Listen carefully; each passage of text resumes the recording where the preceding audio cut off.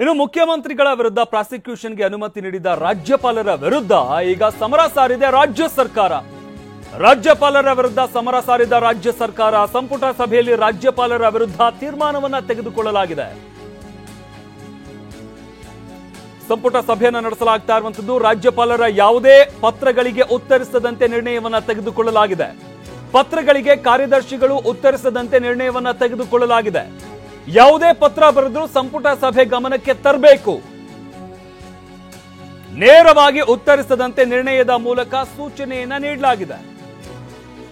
ರಾಜ್ಯಪಾಲರು ಏನಾದರೂ ಕೇಳಿದ್ರೆ ಅದಕ್ಕೆ ಉತ್ತರ ಕೊಡಬೇಕಾದಂತಹ ಸಂದರ್ಭದಲ್ಲಿ ಸಂಪುಟ ಸಭೆಯ ಗಮನಕ್ಕೆ ತರಬೇಕು, ನಂತರವೇ ನೀವು ಉತ್ತರ ನೀಡಬೇಕು, ನೇರವಾಗಿ ಉತ್ತರಿಸಬಾರದು ಅಂತ ನಿರ್ಣಯದ ಮೂಲಕ ಸೂಚನೆಯನ್ನ ನೀಡಲಾಗಿದೆ.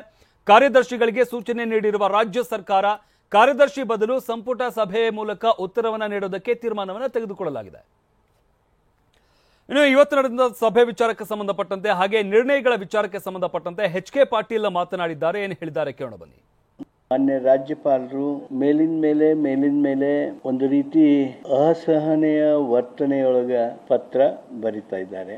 ಮಾಹಿತಿಗಳನ್ನ ತಕ್ಷಣ ಕಳಿಸ್ಬೇಕು, ಇವತ್ತು ಕಳಿಸ್ಬೇಕು, ನಾಳೆ ಕಳಿಸ್ಬೇಕು, ಹೀಗೆ ಅಂತ ಹೇಳಿ ಸೂಚನೆಗಳನ್ನ ಕೊಡ್ತಾ ಇದ್ದಾರೆ. ಎಲ್ಲ ನಿಯಮಾವಳಿಗಳನ್ನ ಪರಿಶೀಲನೆ ಮಾಡಿ ರಾಜ್ಯ ಸಚಿವ ಸಂಪುಟ ಯಾವುದೇ ಮಾಹಿತಿಗಳನ್ನ ಯಾರೇ ಕಾರ್ಯದರ್ಶಿಗಳಾಗ್ಲಿ ಅಥವಾ ಮುಖ್ಯ ಕಾರ್ಯದರ್ಶಿಗಳಾಗಲಿ ರಾಜ್ಯಪಾಲರಿಗೆ ಕಳಿಸುವ ಸಂದರ್ಭದಲ್ಲಿ ಕ್ಯಾಬಿನೆಟ್ ಇದರಿಗೆ ಅವುಗಳನ್ನ ತಂದು ಕ್ಯಾಬಿನೆಟ್ ನಿರ್ಣಯದಂತೆ ಮುಂದುವರಿಯುವಂತೆ ಮುಖ್ಯ ಕಾರ್ಯದರ್ಶಿಗಳಿಗೆ ಸೂಚನೆ ಕೊಟ್ಟಿದ್ದೇವೆ.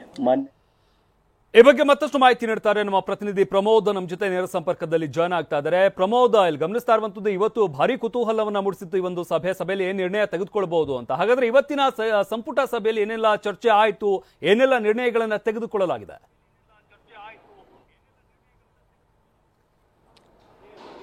ಶಮಂತ್, ಮೊದಲನೇದಾಗಿ ಇವತ್ತಿನ ಸಭೆಯಲ್ಲಿ ಅತ್ಯಂತ ಮಹತ್ವದ ನಿರ್ಧಾರ ಅಂದ್ರೆ ರಾಜ್ಯಪಾಲರ ವಿರುದ್ಧ ಈಗಾಗಲೇ ರಾಜ್ಯ ಸರ್ಕಾರ ಕೂಡ ಸಮರವನ್ನ ಸಾರಿದೆ. ಯಾವ ರೀತಿ ರಾಜ್ಯಪಾಲರು ಪತ್ರ ಸಮರವನ್ನ ರಾಜ್ಯ ಸರ್ಕಾರದ ವಿರುದ್ಧ ಮಾಡ್ತಾ ಇದ್ದಾರೆ ಅಂದ್ರೆ ಅನೇಕ ವಿಚಾರಗಳ ಬಗ್ಗೆ, ಸರ್ಕಾರದ ಪಾಲಿಸಿ ಮ್ಯಾಟರ್ಗಳ ಬಗ್ಗೆ, ಸರ್ಕಾರದ ವರದಿಗಳ ಬಗ್ಗೆ, ಸರ್ಕಾರದ ಆಯೋಗಗಳ ಬಗ್ಗೆ, ಜೊತೆಗೆ ಸರ್ಕಾರದ ನಿರ್ಧಾರದ ಬಗ್ಗೆ ಕಾರ್ಯದರ್ಶಿಗಳಿಗೆ ಪತ್ರವನ್ನ ಬರೆದು ನಿರಂತರವಾದಂತಹ ಉತ್ತರವನ್ನ ಕೇಳ್ತಾ ಇದ್ದಾರೆ. ಹೀಗಾಗಿ ಇವತ್ತಿನ ಸಂಪುಟ ಸಭೆಯಲ್ಲಿ ರಾಜ್ಯಪಾಲರ ಯಾವುದೇ ಉತ್ತರಗಳಿಗೆ ಕಾರ್ಯದರ್ಶಿಗಳ ಮಟ್ಟದಲ್ಲಿ ಅಥವಾ ಕಾರ್ಯದರ್ಶಿಗಳು ನೇರವಾಗಿ ರಾಜ್ಯಪಾಲರಿಗೆ ಉತ್ತರ ಕೊಡಬಾರದು ಅನ್ನುವಂತ ಒಂದು ಮಹತ್ವದ ನಿರ್ಣಯವನ್ನ ಮಾಡಲಾಗಿದೆ.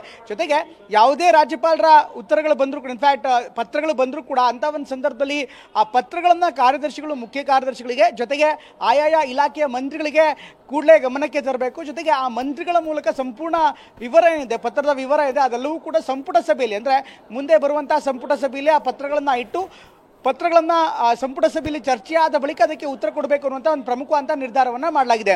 ಯಾಕೆಂದ್ರೆ ಈಗಾಗಲೇ ಅಧಿಕಾರಿಗಳ ಮೇಲೆ ಕೂಡ ಒಂದು ಒತ್ತಡ ಕ್ರಿಯೇಟ್ ಆಗ್ತಾ ಇದೆ ಅನ್ನುವಂಥದ್ದು ರಾಜ್ಯ ಸರ್ಕಾರ ಹೇಳ್ತಾ ಇರುವಂತಹ ಮಾತು. ನಿರಂತರವಾಗಿ ಪತ್ರಗಳನ್ನ ಬರೆಯೋ ಮೂಲಕ ಸರ್ಕಾರದ ಮಟ್ಟದ ನಿರ್ಧಾರಗಳು ಎಲ್ಲೋ ಒಂದು ಕಡೆಗೆ ಅಸಂವಿಧಾನಿಕವಾಗಿ ಮೂಗು ತುರುಗಿಸ್ತಾ ಇದ್ದಾರೆ ರಾಜ್ಯಪಾಲರು. ಸರ್ಕಾರದ ದೈನಂದಿನ ಕೆಲಸದಲ್ಲೂ ಕೂಡ ಅವರು ತಲೆ ಹಾಕ್ತಾ ಇದ್ದಾರೆ ಅಂತ ಗಂಭೀರವಾದಂತಹ ಆರೋಪವನ್ನ ರಾಜ್ಯ ಸರ್ಕಾರ ಮಾಡ್ತಾ ಇದೆ. ಹೀಗಾಗಿ ಕಾರ್ಯದರ್ಶಿಗಳು ಏಕಾಏಕಿ ಬರೆದಂತಹ ಸಂದರ್ಭದಲ್ಲಿ ಕೆಲವೊಂದು ತಪ್ಪುಗಳಾಗುವಂತಹ ಸಾಧ್ಯತೆ ಇರುತ್ತೆ. ಅಥವಾ ಮೇಲಿನ ಅಧಿಕಾರಿಗಳಾಗ್ಲಿ, ಹಿರಿಯರಿಗಾಗ್ಲಿ, ಸಚಿವರಿಗಾಗ್ಲಿ ಅಥವಾ ಮುಖ್ಯಮಂತ್ರಿಗಳಿಗಾಗ್ಲಿ ಆ ಸಂಬಂಧಪಟ್ಟ ವಿಚಾರಗಳು ಗಮನಕ್ಕೆ ಬರದೆ ಅದಕ್ಕೆ ಉತ್ತರ ಕೊಟ್ಟಂತಾಗತ್ತೆ. ಹೀಗಾಗಿ ಇದು ಮುಂದಿನ ದಿನಗಳಲ್ಲಿ ಬೇರೆ ರೀತಿಯಾದಂತಹ ತಿರುವನ್ನು ಕೂಡ ಪಡೆದುಕೋಬಹುದು. ಹೀಗಾಗಿ ಮುಖ್ಯಮಂತ್ರಿಗಳ ಈ ನಿರ್ಧಾರ ಏನಿದೆ, ಈಗಾಗಲೇ ಮುಖ್ಯ ಕಾರ್ಯದರ್ಶಿಗೂ ಕೂಡ ಸೂಚನೆಯನ್ನ ಕೊಡಲಾಗಿದೆ. ಯಾವುದೇ ಪತ್ರ ಬಂದರೂ ಕೂಡ ಸಂಪುಟದ ಗಮನಕ್ಕೆ ತರಬೇಕು, ಸಂಪುಟದ ಗಮನಕ್ಕೆ ತಂದು ಸಂಪುಟದ ಮೂಲಕವೇ ಉತ್ತರ ಕೊಡಬೇಕು ಅಂತ ಸೂಚನೆ ಕೊಡಲಾಗಿದೆ.